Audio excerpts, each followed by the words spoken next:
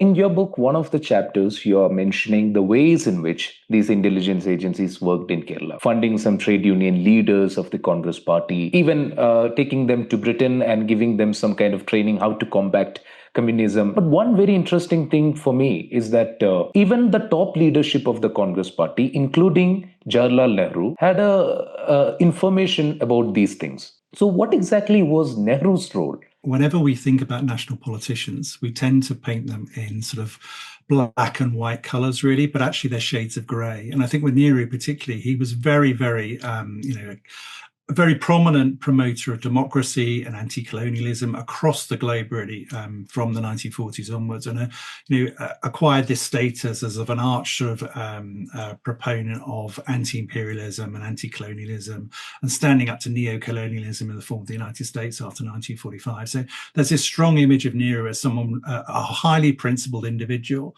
willing to stand up for what he thought was right and being a democrat in doing so. I think the actual picture is slightly more complicated. So Nehru is trying to balance all the time national sovereignty against national security. And that's a really difficult balance to strike, really, which is why Nehru on occasions holds his nose and works with the Central Intelligence Agency and with British government to try and retain that sense of Indian national sovereignty. Prime ministers and presidents often give vague instructions to intelligence agencies, but they want to maintain what's called plausible deniability. So I'm giving you a vague instruction to do this, but I don't want to know the details. I don't want you to come back to me and talk to me about it. I'm not going to put anything in writing. I want to be able to deny this if it goes wrong or if it's politically problematic. So get rid of this problematic government for me in Kerala, but just don't tell me how you're doing it. Even though he knows what's happening, I think, it's undeniable. He's aware that